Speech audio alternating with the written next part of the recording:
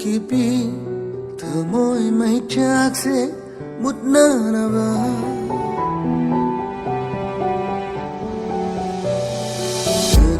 tâm lo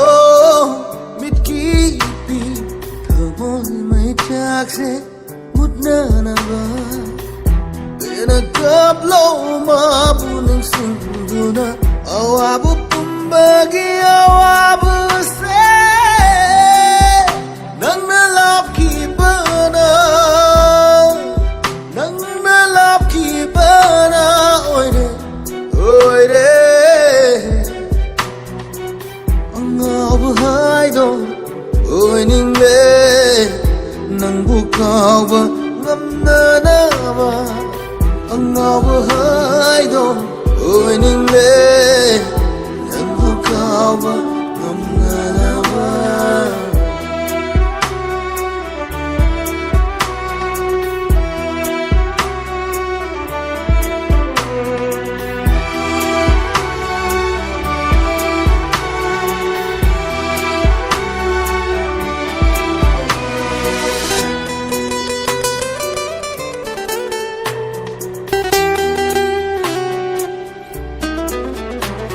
Iralni nang bunong siruba may chak se fangani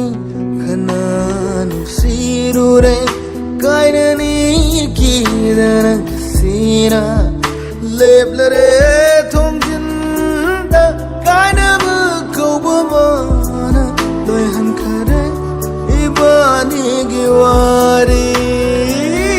nuksiba kobamana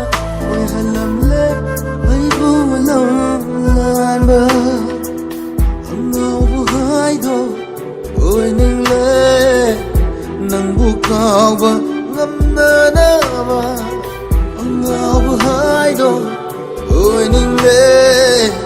nang bukaw ba ngamna na ba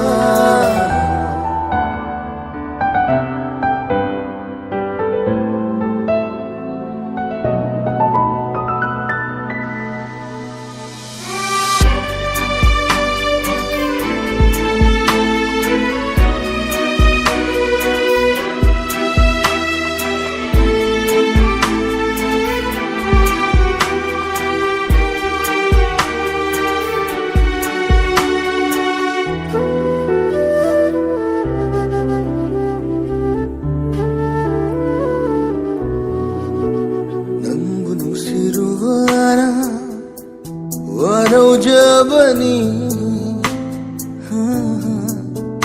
Nanggu pamzarubana Kamban jabani Nanggu nushirubana Warau jabani Nanggu pamzarubana Kamban jabani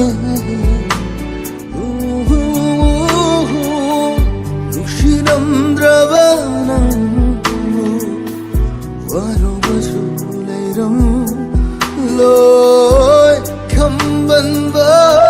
faruba tamashina oi hal le horang